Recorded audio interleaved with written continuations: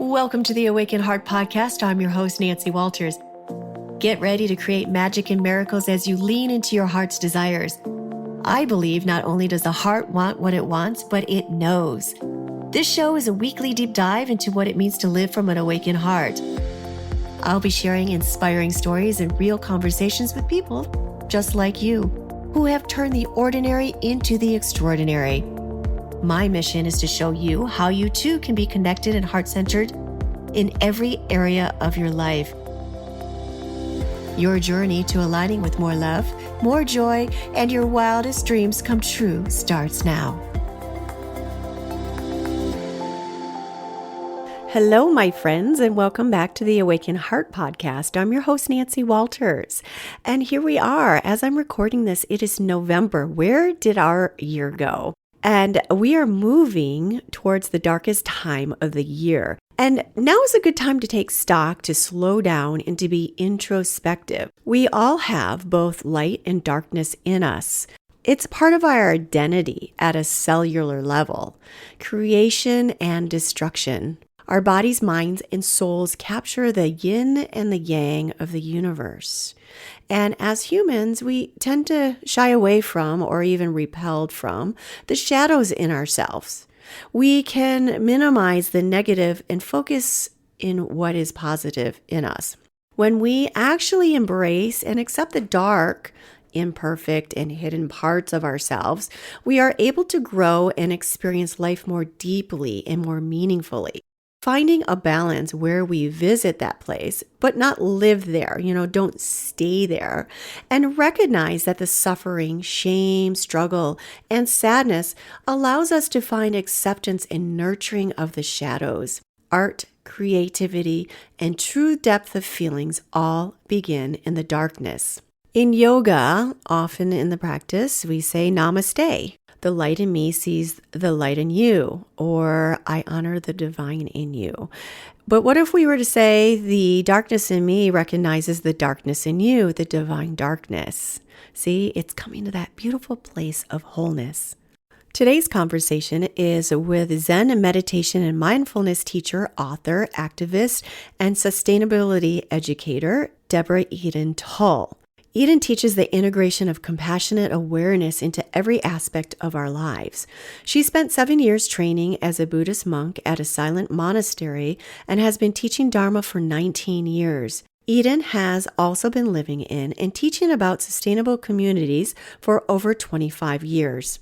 Eden's latest book, Luminous Darkness, an engaged Buddhist approach to embracing the unknown, is a resonant call to explore the darkness in life, in nature, and in consciousness, including difficult emotions like uncertainty, grief, fear, and through these teachings, embodied meditations and mindful inquiry that provide us with a powerful path to healing. In this beautiful and powerful book, Eden teaches us that darkness is deeply misunderstood in today's world. And yet it offers powerful medicine, serenity, strength, healing, and regeneration. All insight, vision, creativity, and revelation arises from darkness. It is through learning to stay present and meet the dark with curiosity rather than judgment that we connect to an unwavering light within. Welcoming darkness with curiosity rather than fear or judgment enables us to access our innate capability for compassion and collective healing. Welcome, Deborah Eden Tull, to our podcast. I'm going to be referring to you as Eden. I am so excited to have you here, and I've really been delving into the book that I recently got a copy of, and I'm only a couple pages away from finishing, Luminous Darkness. And it's teaching us how to make friends with the dark. So many people everything has to be light, and we're denying our darkness. And you have such an amazing, diverse background. And, you lived in a monastery for, I forgot how many years. Was it 7 years? 7.5. Yes. 7.5 years. And you've done sustainable living, and just, you had some health issues and some tragedies, and just really learning to embrace what it's there to teach you. Like, what is this darkness trying to teach me? And it's just been so awe-inspiring reading your book.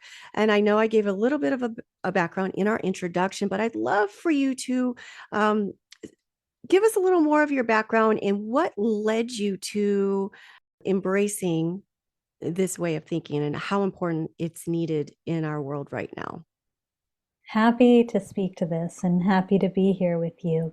And I'll share first that it's been beautiful to receive so many communications from people around the globe with this book out who also recognize the important teacher of darkness, the medicine of darkness, and who are grateful that more of us are beginning to speak up in this way. And for me, I feel like everything, my whole life, in a sense, pointed me to the spiritual path and to recognition of both light and dark as our teachers on the path of awakening. So I'm a meditation teacher. I'm here in the mountains of Western North Carolina, Cherokee land, and I really teach the personal, interpersonal, and transpersonal, the ecological, the societal, the mystical aspects of an embodied meditation practice. I'm also a sustainability educator and teach a field of work called the work that reconnects. And a lot of my teachings are about moving beyond or moving towards post-patriarchal thought and practices that honor the deep feminine and the sacred masculine equally. For me, I grew up in a family of artists and activists, and so was really exposed at a young age to both the light and dark in our collective, and got to witness the beauty of parents and community who were willing to roll up their sleeves and be devoted to service, to serving populations in need, and to taking a stand for social justice, and also the messiness and difficulty of all of that. But I was immersed in a community of service for my entire childhood. And at the same time, I also experienced personal loss and the loss of my father and some other very core mentors starting from the age of 11. And so this opened me up to an inquiry into what is most important in our time here and what is not, that we give our energy to. What does it mean to be fully alive and to live a life of true compassion? We cannot be fully alive if we're continuing to push away one half of our existence, one half of our consciousness, which is the dark. And so many of my experiences in life pointed me to really learning to befriend the part of me who was afraid. Everyone listening can touch into your own relationship with fear, and through befriending the fear, to really choose to access my courage, and my courage on behalf of life again and again and again. And so at a pretty young age, at the age of 26, I became a Zen Buddhist monastic for the next years to come. And even prior to that, I had made some pretty radical choices to live in intentional community, off the grid, really wanting to know what's possible for humans to live more sustainably in partnership with the earth, and also perhaps more sustainably in relation to one another. That last part, in relation to one another, that intention, or within that intention, I really saw how much the human ego gets in the way, and how much it gets in the way of our attempts to make change. And so that's part of why I chose to go deeper in my spiritual path. There's so much I could say about what's evolved since, but I'll pause there just to see what wants to emerge in our conversation. Well, as I was reading your book, I thought it was really interesting how there was still a hierarchy or patriarchy in the monastery, where you had felt sick and they have you sit with it. And doing so, you weren't listening to your woman's intuition and how you had vowed to always not push that aside as your woman's intuition. Can you tell a little bit of that story? I know there were two instances that really you could have gotten very sick, and how one, you Sure. healed yourself, and the other one, you were out for a couple weeks afterwards. Yes. Yeah. So I want to acknowledge that one of the things I'm pointing to in the book overall is the invitation that I believe darkness offers to release hierarchical perception and learn instead to perceive clearly from the heart. And I can say more about that later.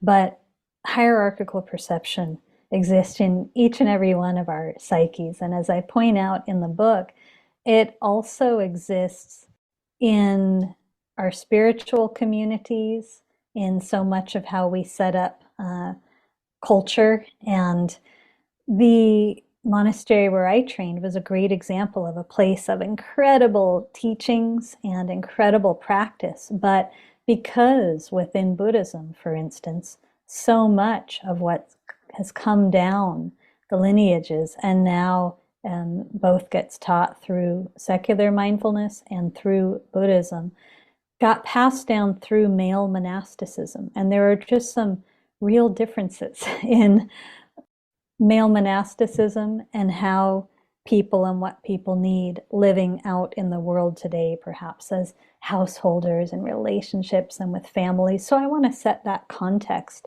And so I pointed out that, for instance, at the monastery where I trained, there was a system where it's really part of practice to let go of ego's agenda at every turn. And this is a beautiful thing. Mm-hmm. But there can be in spiritual communities a monitoring of how this is going on, and a system where, to make sure you're not coming from your ego, let's say, we're going to always have you seek guidance from higher ups. Here we go with the hierarchy. Mm-hmm. So I shared an instance both where I got what was actually a poisonous black widow spider bite, and went to seek guidance, and instead of being guided in a wise way to seek medical attention, it was sit with it. I would ask listeners to just consider ways in your own practice you've either experienced this kind of hierarchy or have diminished or dampened your own inner knowing in the name of something spiritual. That's something could be interesting for listeners to inquire into. So it ended up being that it wasn't until the venom was pulsing through my entire body that I got to a doctor and was told I nearly died and had over 2 weeks needed for recovery. But it's such a great example of what happens when we are spiritual learners, not taking agency for our own practice, but instead sometimes perhaps blindly within systems or communities that are actually set up still with this hierarchy. I'm really pointing out in this book that it's time for humans to reach a little further in terms of, instead of the power over model that we're so used to that has caused so much harm in our world, what does it look and feel like to live and practice in shared power, in power with? And the last thing I'll say about this right now is just that, in all honesty, when we meditate and truly drop into presence, presence is a place of shared presence, of witness, of the myth of separation dissolving. So meditation is our greatest guide, I believe, to learning what it means to live in shared power rather than power over. So thanks for that question. Mm-hmm. And there's something that I noted that you had said in your book. We meditate to remember the already awakened state. It is through doing nothing but surrendering that we realize wholeness. And that began the next phase of your practice, which was profound power of receptivity and surrendering. Yes. Speak into that a little more. How it is about opening up, receiving, and surrendering. Thank you. And first, let's make the connection between darkness and receptivity. Mm-hmm. In nature and consciousness, there exists both light and dark, and they exist in partnership and in dynamic interplay. And think of light as the more active, the more yang, the expressive aspect of nature, and darkness as the yin. We're talking about elemental darkness, the receptive, the still, the quiet. And in a world that's been informed by patriarchy, there is absolutely a preference in the dominant paradigm towards light. The active is strength, force is power, right? This kind of thing. Let's get to the light. Rational mind is another thing we can connect with, the light, the lamp of knowledge, and pushing away of darkness, non-doing, receptivity. So through meditation, we reconnect with the power of our innate receptivity, learning not to approach mindfulness and meditation as something to do, or compassion as something we can do. It's just an action, but softening our effort, recognizing that we've been conditioned, most of us, to bring mental effort towards even things which do not require any mental effort, and instead learning to soften into the yin and just receive the moment as it is, ourselves as we are, life as it is, one another as we are. This motion is remembering the already awakened state in my experience and in my teachings, because awareness is already awake. We don't have to do something to get there or find it. It's about remembering it by emptying or non-doing. And this is really a motion of the yin, an emotion that expresses the power of the yin. So just to remind people of that, because I imagine there are people listening who can connect with this way that, yeah, I too grew up in a world where power was force and doing and attaining and getting somewhere, not emptying and resting. Yeah. Mm. And it's in being instead of doing. You are being because you're already it. And we put Yes. all these layers, and our mind and everything goes in place of it instead of listening. You spoke into a lot about listening and witnessing, and we're always trying to get somewhere, but we're already there. We're already it. And it's releasing, like you said, surrendering into that in that deep state of Yes. receptivity. And I just want to say something about relational forms of knowing and relational intelligence. This is part of what we wake up to, what we remember that already exists within us. That, if we think of meditation as listening to life as it unfolds moment by moment, like learning to live in the listening, learning to live in the emergence rather than trying to control or manage life. There's a way in which we very beautifully remember experientially, because it's not just an auditory listening, but a tactile, embodied listening, our interconnection to all of life, our oneness with. It's not something to philosophize about or think about. It's a physical and spiritual experience. And there's such a tear in the fabric of human relationship today. And also, many people feel a fracture in themselves because they've been discounting or rejecting the dark and just turning towards the light rather than listening to both as sacred and as teachers. It offers such important healing in today's world. I just want to emphasize that. Mm-hmm. And we always think of the light, the daytime gets so much, everything is in the daytime, but there's so much that is done during the nighttime that can't be done during the daytime with the sun. So we're reaching for the sun when we need to, reach for the moon, more so integrating those two parts. There's not a division. It all is the same. It's all together. It's in one, just like the masculine and feminine. There's different energies, but it's when we reject one part of ourselves that we're making one side wrong when we need both of them together as a whole. And there's a lot with the dark feminine the solar feminine, which I experienced over the last couple of years. And I was making it wrong because I felt so masculine because I was so enraged with what I saw happening in the world. And it's for that horrible dark period, and for hundreds of years, women were like kept down, or they had their dark feminine where were wise and they were healers. And the dark ages, I like how you explained the dark ages and what it actually was, how we didn't just know the history for that period of time. That's what it was. But a lot of women were tried during that time just for simply being, wise, beautiful, wisdom souls, Yes. and how a And lot of that's still also, hanging over us.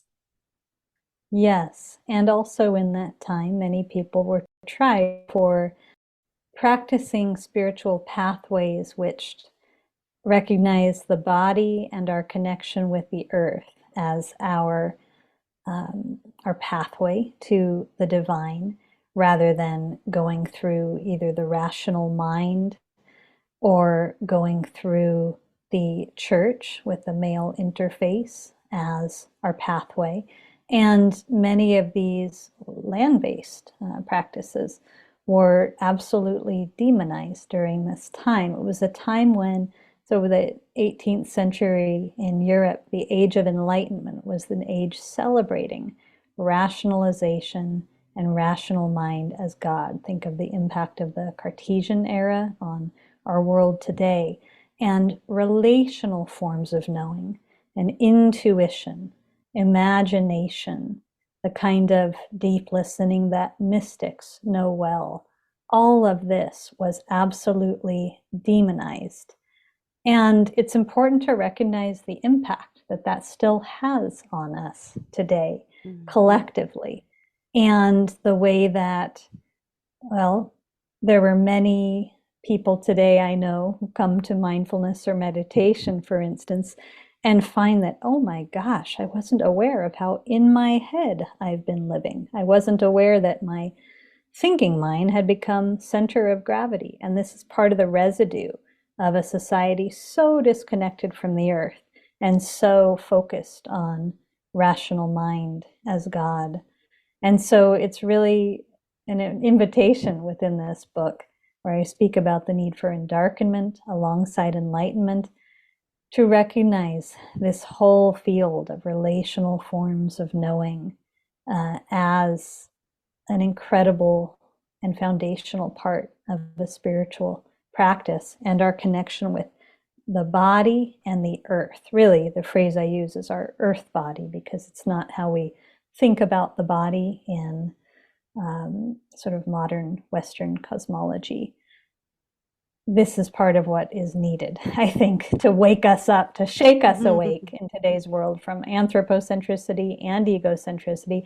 And you just pointed to this using a different word, wake centricity, the sort of focus on daytime is where our real life happens and our whole life happens. And the notion that what we see is real and set in stone, and what we get, instead of recognizing the interplay of day and night, of light and dark, of what we see and the world beyond what we can see, which are all part of this human and earth experience. Yeah.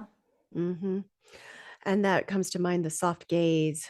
I mean, there's walking meditations, but the soft gaze, how we're always, how we're looking at a certain thing, but then we're missing everything else that's around us. And of course, we're only picking up so much. What is it, like 1 or 2% of what we're filtering out? So Yep. many things that we're not seeing. So many. We see a lot in the dark as well, but it's softening the gaze to open up to more that's around you.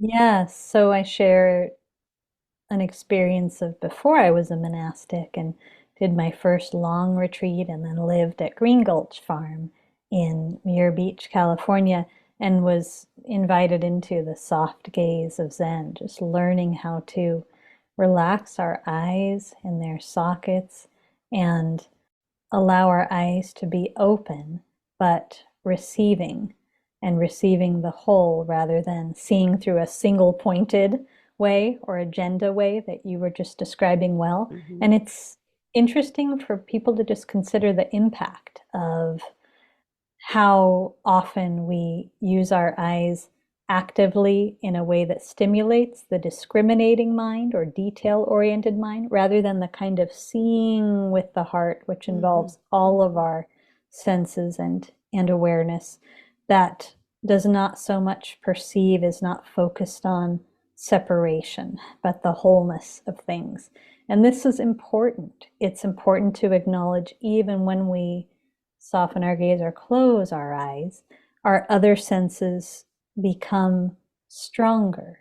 And I believe our listening, sensing, feeling, receptive capacity is needed both to navigate our spiritual path and to navigate all the challenges we're facing today.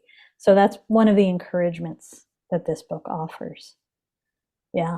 And it's like Yeah. the heart connection, because you're not, when you're looking at something, you're in your mind more. When you're operating from your heart in a softer gaze, you're becoming more aware internally through feeling of Yes. what's around you. And that's what's so important, is for us Yes. to get from here, our brains, to our hearts and to our core, where, you know, where the real intelligence really is. I mean, we need our mind for so many things, but we're using it for way too much, and we're missing that connection, like you said, to the whole, or to, you know, more Yes. depth.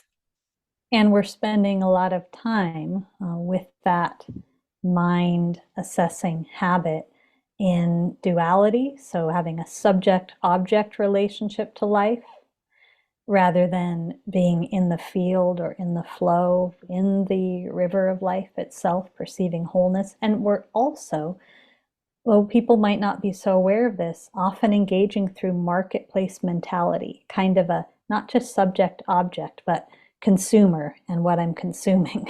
And certainly with all of the amount of social media and computer use, and more of this is occurring. So it's relieving to get to free ourselves from that kind of perception, and instead remember how, and remember what it means to perceive with the heart and to perceive from a non-separate lens. So that's a whole conversation about the meditation path. But yeah, what else should we look at here? You talked about, well, going into this, it relates, it's healing the spirit body divide, how so many of us have been, I mean, a lot, the soft gaze and meditation can help that as well, but we're disconnected from spirit, we're disconnected from the earth as a collective, as a whole. I mean, there's people that aren't, but as a majority we are. How do we heal that body mind spirit divide? Yeah, yeah. Thank you.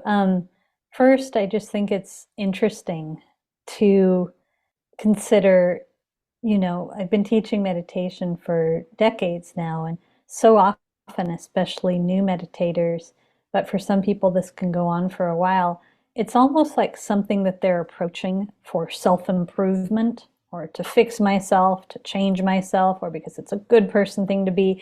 And so that justifies the unconscious habit of meeting whatever we do with effort and mental effort. So it becomes like mental effort to try to meditate.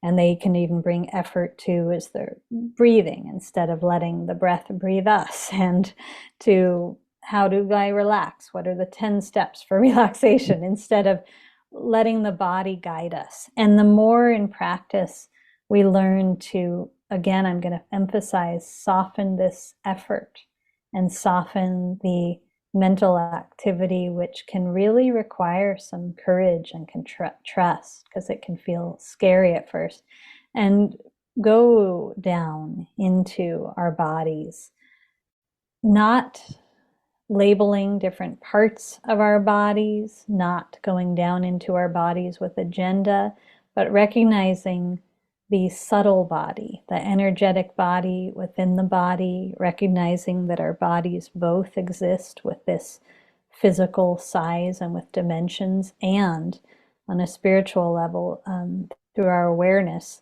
expand beyond that. What happens when we listen to our bodies and our subtle body in a deeper way is that we recognize that we are not separate from the earth, we are the earth.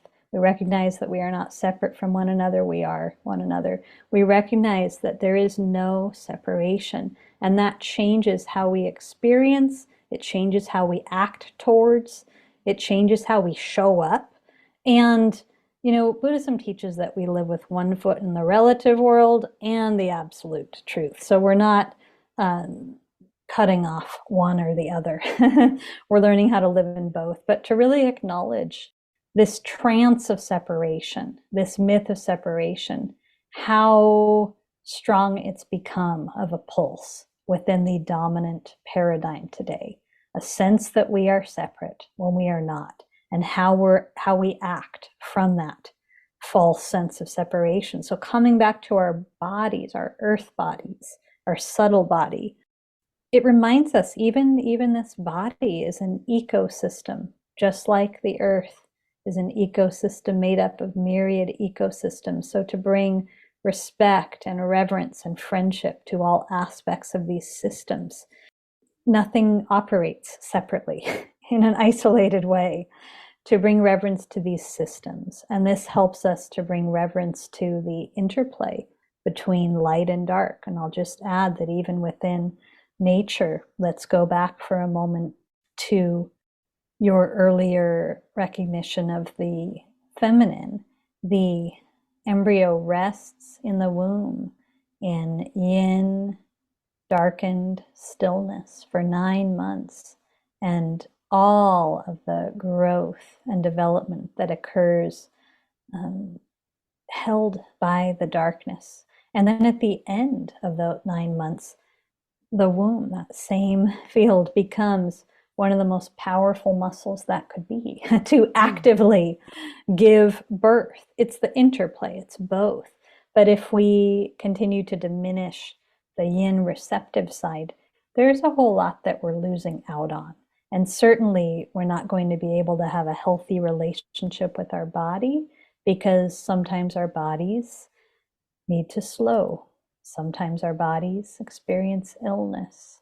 Sometimes our bodies need nothing but the medicine of rest. So we have to hold both as valuable if we're going to honor the body. Does that resonate with your life experience? Yeah. Oh, yes, it does. And it's being in a state of curiosity and openness instead of a victim mentality. Like, why is this happening to me? Why is this happening to me? Or what is this teaching me? But like, not so much in the head so much, but it's feeling it in the body instead of like going into the mind so much, but like Yes. approaching with more curiosity instead of making something wrong, Yes. because everything is here to teach us something, whether we like it or not, whether our consciousness likes it or not. There's some deeper reason all these things are happening. It's for our own growth and it's for our own evolution. Yes. And I would just remind people that the more we, for instance, meditate and soften into presence, the more there's a natural organic integration of body mind that occurs. Not something we have to make happen, it just occurs. And so we're not trying to cut off the mind in any way whatsoever, but we're acknowledging, wow, in today's world, for so many, it has become an overused center. Mm-hmm. Yeah. Yeah. And that brings up, I like your term sunshining, and how a Yeah. lot of us are sunshining. It's like spiritual bypassing, where we're not acknowledging the emotions that are in our body. Everything's perfect. And going into the positive. A lot of people in the spiritual community do that as well, and like, just forget it and turn this other way and be positive, instead of sitting with that which is wanting to be heard and felt and seen, which is not a wrong aspect of ourselves, but it's part of ourselves, or else it wouldn't be there. So Yes. yeah. Yeah. So I talk about growing up in LA and kind of this culture that I experienced I of lived there sunshining, of, as you said, okay. for 21 years. Yeah. Got it. Keep it light, or maybe keep it surface, and always kind of this avoiding of the deeper, darker undercurrents. When I was going through grief, I noticed how many people were afraid of or didn't know how to be with someone in grief. There's a way in which, yes, it becomes a spiritual bypass, and it's so freeing and so relieving to wake up from that sun shining and simply get to choose a life where it is all welcome and where we're not spending so much energy. Think about the energy for a moment that actually goes into labeling everything positive versus negative, good versus bad, right versus wrong. Life happens. We have the capacity to meet it all with compassionate welcome. And consciousness, awareness is not labeling. It's our conditioned mind that is. But there's another part of us that is already intact, awareness itself, that is not engaged in that kind of labeling. Mm-hmm. And it's a very different and freeing way to experience life. Yeah. Yeah. Then we're not in judgment, and we're not in judgment of ourselves, and we're not in judgment of others, because everyone comes with their own, their own life stories and their own perceptions, and, meeting everybody, as you had said, with a beginner's mind, and meeting each emotion or everything that comes up with a beginner's mind. What is this trying to teach us or tell us? And I like what you said. We meet life with the wonder and openness of a child. We meet life empty and open rather than full. Thank you for bringing that in. Mm-hmm. Yeah. Just to acknowledge, in a world where the expert is celebrated and where we've seen so many leaders, in fact, act out of integrity or screw up by trying to protect themselves as the expert, instead of being willing to acknowledge, oh, maybe we're all learners here. If we're beginners, we can acknowledge in transparency that we're learning. And we can celebrate this process of learning. So yeah, thanks for pointing that out. Mm-hmm. Yeah, I try to, when I see myself going into judgment myself, I mean, it's always a practice within myself, because I do notice times when I'm like, wow, I'm being judgmental. Like, and then I try to, I go into a place of more compassion and knowing that they're all coming in with their own stuff, and having more compassion with them. Before we wrap this up, I would like to speak into endarkment a little more. You had, I believe, different steps about endarkment. I like how you said, instead of waking up, we're walking down on the path to endarkment. And just speaking about everything that we seek is already within ourselves. How can somebody go about embracing the darkness and endarkment? Like, what are some steps that they can begin? Sure. Yeah. Well, first, just something practical. And I want people to consider how much time all of our ancestors spent in physical darkness, because electricity is a very new thing. And because today we're living in a world where over 60% of the globe and over 90% of the US and Europe is brightly lit at night.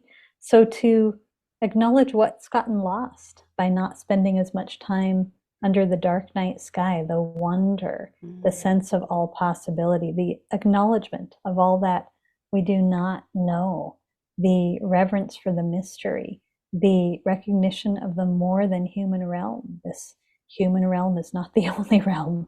And to spend some time in darkness. And that can include just spending time with the eyes closed and in the soft gaze.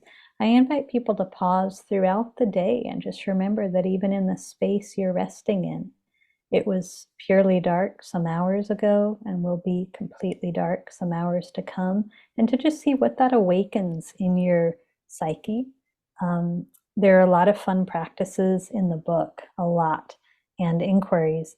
But one really simple thing that kind of tags upon some of what we've talked about with the receptive and the deep listening and the softening effort is just a short practice called conscious allowing and doing nothing, inviting people to sit or lie down for just a period of time, maybe set the timer for 10 or 15 minutes.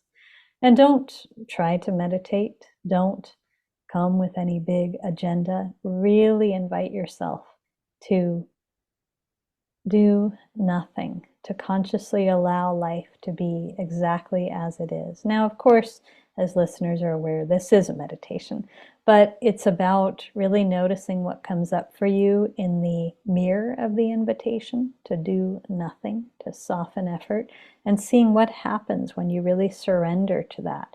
Because in that motion, we are surrendering to darkness, all of light, all creativity, all possibility. It all arises from darkness. So we enter a much more graceful and, I would say, passionate dance with life when we're willing more to embrace and rest in the darkness, as well as let the light come through. And it's in our experiences, I just want to end with this, of turning towards rather than away from the dark, of navigating the darkness, the unknown, the uncertainty, that we recognize that the inner light is unwavering. It's unwavering. We don't have to do anything to try to whip ourselves into shape to access it, or push away and get rid of all of our shadows in order to finally see it. The light was never lost, so it can't be found through that kind of efforting, but it can be remembered, and we can stabilize our recognition that that is who we are when we start dropping this judgment towards darkness. So just that encouragement to people. Yeah. That's Yeah. lovely. That's a really wonderful. And you do have so many great practices in this book. And I've used some of them, like laying in bed and listening to music with the lights off. And how does it feel? It feels so different. And there's that quote, when it's dark, my eyes begin to see. Is that the right quote? Beautiful. In the Yes. darkness, my eyes begin to see. And I always think of that because when I do close my eyes, and it's been like this my whole life, or when it's dark, it's not dark. It's not this black, inky darkness. I literally see dots everywhere. I've always seen little Yes. dots. I was looking at my cat yesterday at 2 a.m, and she was just all these vibrating dots all over the place. So I really feel like my eyes do see more at nighttime because we're enveloped in darkness. We don't feel separate. I don't feel separate from anything. It's wrapped all around me. And Yes. it is Yeah. a beautiful gifting place to be. Well, thank you so much Yes. for this rich conversation Yes. and for Thank sharing you. your own experience. Yeah. Yeah. Thank you. And before we go, where can people find you and what is lighting you up right now? What is next on your plate, or what are you passionate about? Sure. You can find me at deborahedentall.com. The website is my full name, and there's all kinds of offerings around luminous darkness. And of no surprise, part of what's lighting me up right now is the felt sense of winter coming. I love every season, summer, spring, autumn, and the unique invitation of winter right now with the shortening of the days and the darkening of the sky, and this invitation to slow down and reflect even more. There's a process I offer in many forms, day-long retreats, online, residential retreats. In December and January, that's a beautiful process of reflection before sowing new seeds for the new year. And so my whole being begins to enter this process right about now. We're towards the end of November, and it's a kind of harvesting from this past year and a kind of learning more deeply from this past year before stepping through the threshold of the new year. So that's Mhm. what's lighting me up right now. Mm. Yeah. Thank you for asking. You're welcome. And one last thing, Yeah. what does it mean for you to live with an awakened heart? Hmm. Beautiful question. It means to me to live every day and night, recognizing everything that arises as a teacher of love and being devoted to the path of love, and recognizing, which I hope I've made clear through this conversation about light and dark, that love includes the entire spectrum, that love includes the most profound expression of courage as well as the most gentle compassion, that it includes all of it. And I appreciate that question because to me it's very simple. There's nothing that happens, nothing that arises that isn't a teacher in remembering that our capacity for love is far greater than most of us have been taught in a conditionally loving society. Yeah. I love that. Beautiful.